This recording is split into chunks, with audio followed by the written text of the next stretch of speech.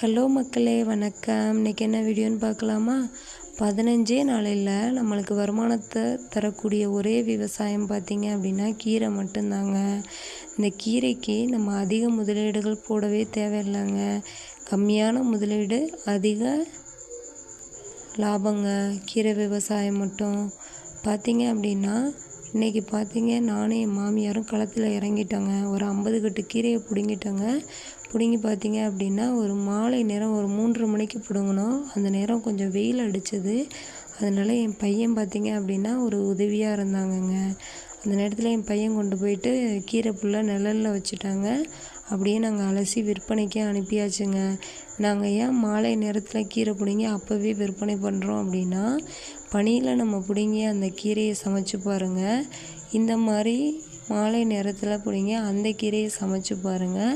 Taste அள்ளி பொலியாக இருக்குங்க. அந்த பனிக்கீரையோட இந்த கீரை டேஸ்ட்டும் அருமையாக இருக்கும். அந்த கீரையை நீங்கள் சமைக்கும் போதே ரொம்ப சுவையாக இருக்கும். நீங்கள் ஒரு டைம் ட்ரை பண்ணி பாருங்கங்க.